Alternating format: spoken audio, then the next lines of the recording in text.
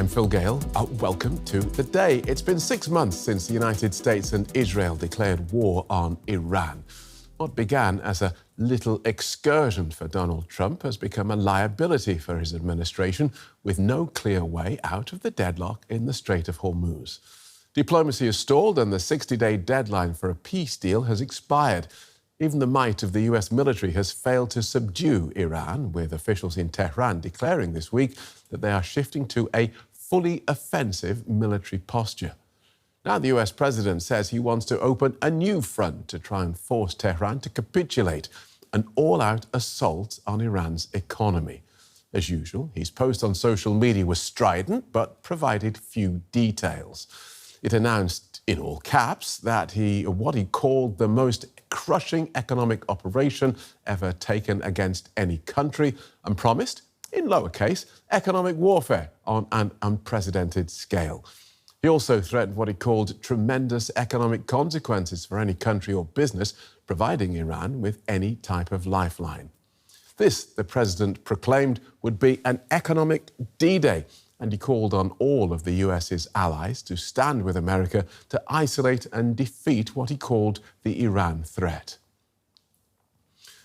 Well, Tehran's response was dismissive. Foreign Minister Abbas Araghchi also took to social media, where he rejected Donald Trump's economic D-Day threat, calling it a diversion from America's own crisis of unprecedented debt and surging interest cost.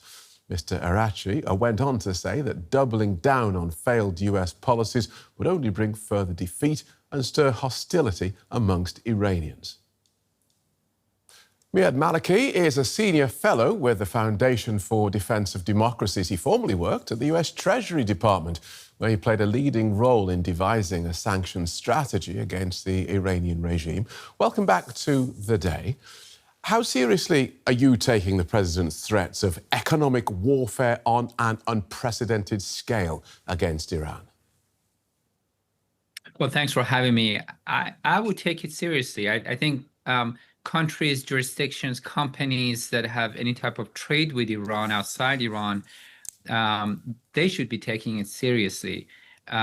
United States retains enormous leverage over the international financial system. It's dollar clearing, insurance markets, shipping services, technology, access to the U.S. market. These are important issues for corporations and companies that touch points with Iran. And Iran can, I would say, survive individual sanctions, but it has done for decades now under sanctions. But I think what's going to change here is the enabling networks and jurisdictions. And you saw the UAE's decision to halt trade with Iran right before this announcement by President Trump.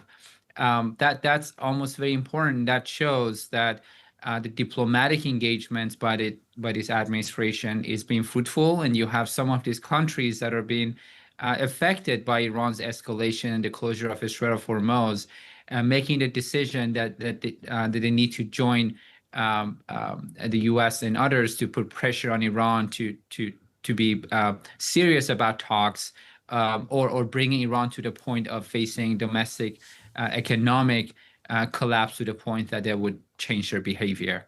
Okay, so if I understand you correctly, the president's wrath is more likely to fall and have an effect on those companies doing business with Iran rather than Iran itself, because Iran, of course, is already one of the most sanctioned countries in the world. That's absolutely right. So Iran has been subject to, I would say, the most comprehensive U.S. economic sanctions. And it's not just the U.S. It's also their international sanctions. There are other countries that have their own unilateral sanctions against Iran. It's really the enforcement of sanctions that would make things different, and they would have significant effect when they're enforced. That's what Treasury Department has been doing under the second term of Trump administration, as the first Trump administration did. But remember, President Trump came to the office after about 4 years of Biden administration, who had a different approach with Iran, and sanctions weren't enforced. So enforcing those sanctions are effective, but it takes time for those sanctions to show their effect in Iran.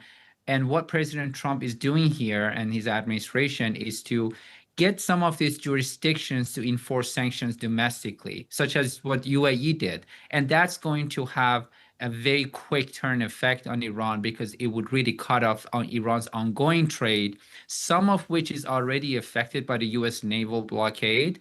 But for example, UAE Iran commerce and trade happens really outside the reach of the blockade in the Persian Gulf. Now, this UAE's decision to cut off trade and commerce with Iran is really expanding the scope of the effect of the blockade to inside Persian Gulf. I want to come back to the issue of those companies doing business with Iran in just a moment. First, though, let's talk about the Iranian reaction. The Iranians say they've become very skilled at circumventing sanctions. They're still there, despite Donald Trump saying that he's obliterated them. How true and how skillful are they at getting round these American-imposed sanctions? They're very, very good at evading sanctions. These are sanctions, as I mentioned, that have been in place for many years. Every single U.S. president since 1979 has imposed some form of economic sanctions against Iran.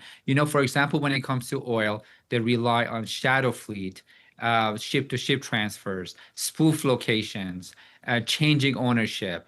For financial transactions, they rely on exchange houses, informal hawalas, networks that really fall outside the formal financial system.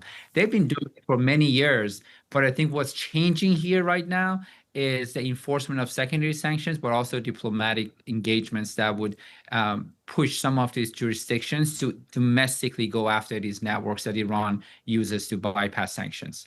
Okay. But Iran has some big customers for its oil, including China and India.